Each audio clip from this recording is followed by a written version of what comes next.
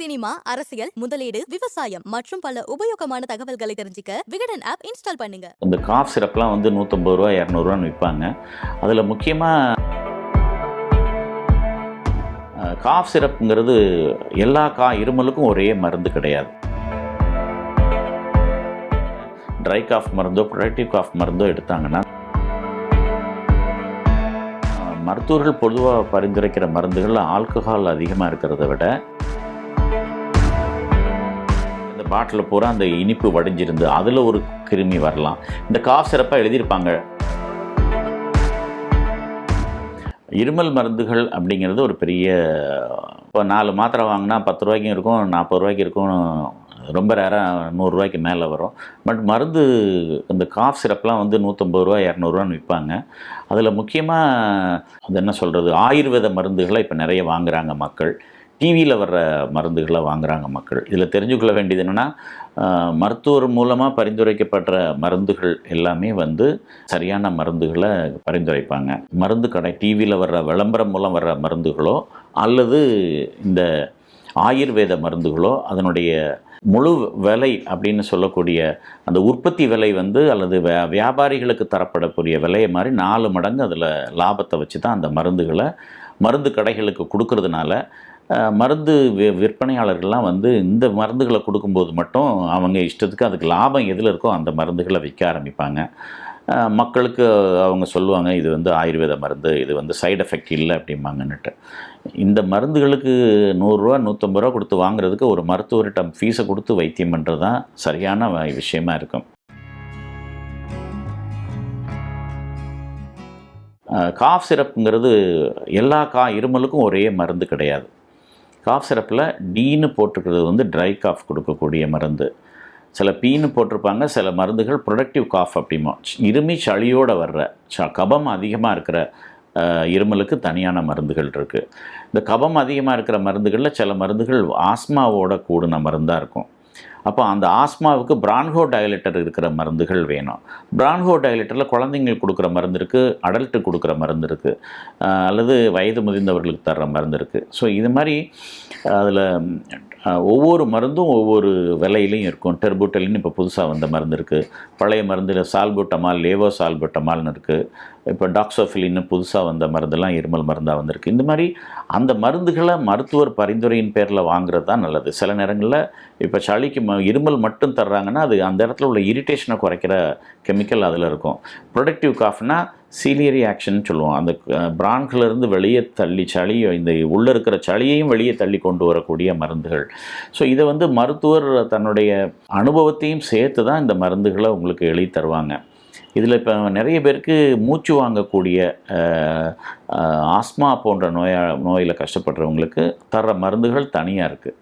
அந்த மருந்துகள் வேண்டும்னு இருக்கிறவங்களுக்கு அவங்க போய் சாதாரண ட்ரை காஃப் மருந்தோ ப்ரொடக்டிவ் காஃப் மருந்தோ எடுத்தாங்கன்னா, அந்த பிரான்ஹோ டைலேட்டர் இல்லாத மருந்து எடுத்தாங்கன்னா அவங்களுக்கு அந்த மருந்து உதவி பண்ண போகிறதே கிடையாது. இது தவிர அலர்ஜி காஃப்னு இருக்குது. சில நேரங்களில் ப்ரொலாங்டாக 2 வாரத்துக்கு மேலே இருக்கிறவங்களுக்கு கொடைன்னு சொல்லக்கூடிய ஒரு மருந்து இருக்கிற மருந்தை எழுதி தருவாங்க. ஸோ இதெல்லாம் மருத்துவர் பரிந்துரையின் பேரில் வாங்கி சாப்பிட்றது தான் மக்களுக்கு சால சிறந்ததாக இருக்க முடியும்.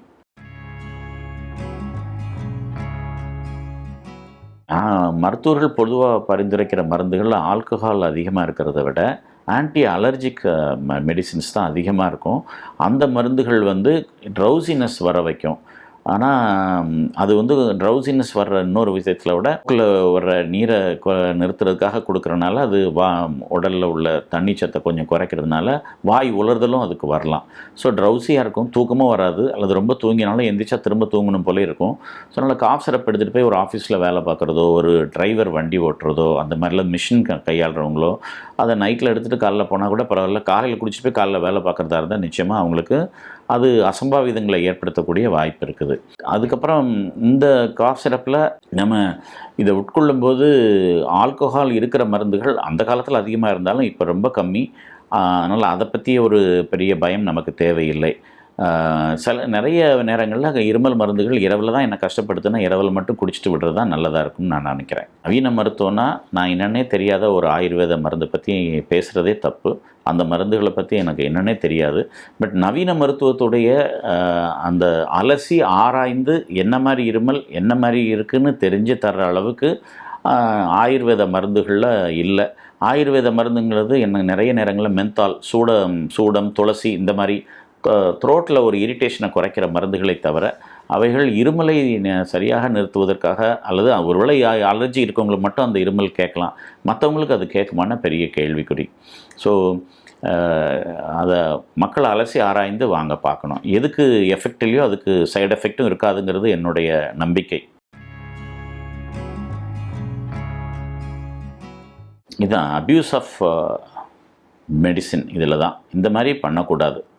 அந்த மருந்தோட எஃபெக்ட்டுக்காகத்தான் நம்ம அதை எடுக்கணுமே தவிர அதனுடைய சைடு எஃபெக்ட் என்ன கம்ஃபர்ட் தருதுன்னு அதை குடிக்கிறது ரொம்ப மோசமானது. இதில் தான் சில மருந்துகளை டன் கணக்கில் இல்லை பாட்டில் கணக்கில் குடிக்க ஆரம்பிச்சிட்டாங்கன்னா அந்த மருந்துகளை இப்போ பேன் பண்ணியிருக்கிறாங்க. அதில் கொடைன் ஃபாஸ்பேட்னு ஒரு மருந்து யாருக்குமே எழுதக்கூடாதுன்னு மருந்து கடைகள்லேருந்து எடுக்க வச்சுட்டாங்க. அதனால் என்ன நடக்கும்னா ஒரு ப்ரொலாங்டு அலர்ஜிக் காஃப்க்கு எழுதுகிற அந்த மருந்து இப்போ தடை செய்யப்பட்டிருக்குங்கிறது தான் உண்மை. ஸோ இந்த மாதிரி சில மருந்துகளை அல்லது இந்த ஃபென்சடைல்னு ஒரு மருந்து அது ரொம்ப அதிகமாக போதையை தர்ற மாதிரி ஒரு பாட்டில் குடித்தா போதை தருது அப்படின்னு அங்கே போய் சாராய கடைகளில் வாங்கி அவ்வளோ விலை கூடினதை வாங்கி குடிக்கிறது போல நான் இதில் ஒரு பாட்டில் குடிக்கும்போது போக போக அது புத்தியை மழுங்க வைக்கலாம், தூக்க நிலையிலே வச்சுருக்கலாம், லிவர் கெட்டு போகலாம், ஞாபக மறதி போன்ற நோய்கள் மூளையை பாதித்து வரலாம். இதெல்லாம் கைகால்கள் செயலிழக்கலாம். இந்த மாதிரிலாம் ஒரு பக்க விளைவுகள். காஃப் சிரப்பை 5 ml குடிக்க வேண்டியதை ஒரே நேரத்தில் ஒரு 60 ml பாட்டில் காலி பண்ணும்போது வரக்கூடிய பக்க விளைவுகள் மிக அதிகம். எனவே அந்த மாதிரி விஷயங்களுக்கு நீங்கள் அது உயிரை கொல்லலை அப்படிங்கிற ஒரே காரணத்துக்காக அதை எடுக்கிறதும் அதில் கிடைக்கிற போதை எனக்கு போதுன்னு அதை எடுக்கிறதும் நிச்சயமாக தவிர்க்கப்பட வேண்டும். உண்மையிலே என்னென்னு கேட்டிங்கன்னா சுத்தமாக திறந்து சுத்தமாக கையாளக்கூடிய மருந்துகளை அதனுடைய எக்ஸ்பைரி டேட் இருக்க வரைக்கும் நம்ம உபயோகப்படுத்துகிறது தவறு கிடையாது. எந்த மருந்து நான் சொல்லியிருப்பேன் அப்படின்னா மருந்துகளை கரைக்கிறோம்ல, தண்ணீர் விட்டு கரைக்கிற மருந்துகள் அதை 1 வாரத்துக்கு மேலே பயன்படுத்த முடியாது. இந்த காஃப் சிரப்லாம் அவங்களுடைய எக்ஸ்பைரி டேட் இருக்க வரைக்கும் நம்ம வீட்டில் பத்திரமா மூடி வச்சு பயன்படுத்தலாம். நம்ம தண்ணீரை விட்டு கரைக்காத எல்லா மருந்துகளையுமே அதனுடைய எக்ஸ்பைரி டேட் வரைக்கும் உபயோகப்படுத்துறது தப்பு இல்லை. என்ன இப்போ எடுக்கிறப்ப நல்லா ஊற்றி அந்த பாட்டில் பூரா அந்த இனிப்பு வடிஞ்சிருந்து அதில் ஒரு கிருமி வரலாம். இந்த காஃப் சிரப்பாக எழுதியிருப்பாங்க keep in dark and cool பிளேஸ்னுட்டு. ஸோ நீங்கள் இது ஒரு அல்மிராக்குள்ளேயோ இல்லைன்னா ஒரு டார்க் கூல் பிளேஸில் வைக்காமல் அதை வெளிச்சத்தில் வச்சுருந்தீங்கன்னா அதனுடைய எஃபிகசி குறைஞ்சி போயிருக்கிறதுக்குள்ளே வாய்ப்பு இருக்குது. அப்போ அதை குடித்தாலும் பிரயோஜனம் இருக்காது. ஸோ அந்த ஸ்டோரேஜ் பாயிண்ட்டும் இந்த சுத்தமாக வைக்கிற விஷயத்தையும் கற்றுக்கிட்டவங்களுக்கு இந்த காஃப் சிரப்பை உடைச்சா திரும்ப குடிக்கிறது தப்பு கிடையாது. சீசன் ஆரம்பத்தில் குழந்தைங்களாம் 2 மாதம் இருமுறாங்க, பெரியவங்களும் ரொம்ப இருமுறாங்க, அதுக்கு தேனே நல்ல மருந்துன்னு நவீன மருத்துவர்களே சில நேரங்களில் ஒரு சீனியர் மருத்துவர் அதுவும் பீடியாட்ரிஷனே அதுக்கு தேன் குடித்தாலே சரியாக போயிடும் அப்படிங்கிறதெல்லாம் பத்திரிகைகளில் வந்த செய்தி. ஸோ 1 வயசுக்கு கீழே தேன் கொடுக்கக்கூடாது, இருமல் மருந்து மாதிரி. 1 வயசுக்கு மேலே உள்ள குழந்தைங்களுக்கு தான் தேனை கொடுக்கலாம். சினிமா, அரசியல், முதலீடு, விவசாயம் மற்றும் பல உபயோகமான தகவல்களை தெரிஞ்சுக்க விகடன் ஆப் இன்ஸ்டால் பண்ணுங்க. லிங்க் கீழே டிஸ்கிரிப்ஷன்ல இருக்கு. உடனே டவுன்லோட் பண்ணுங்க.